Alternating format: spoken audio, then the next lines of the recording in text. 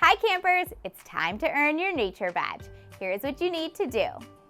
I want you to pick either a tree, a plant, a flower, or an insect and learn 5 facts about what you pick.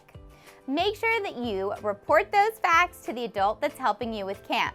Remember, you can ask all the people in your life questions about the item that you chose so that you can learn more. I'm sure they'll be excited to help you learn.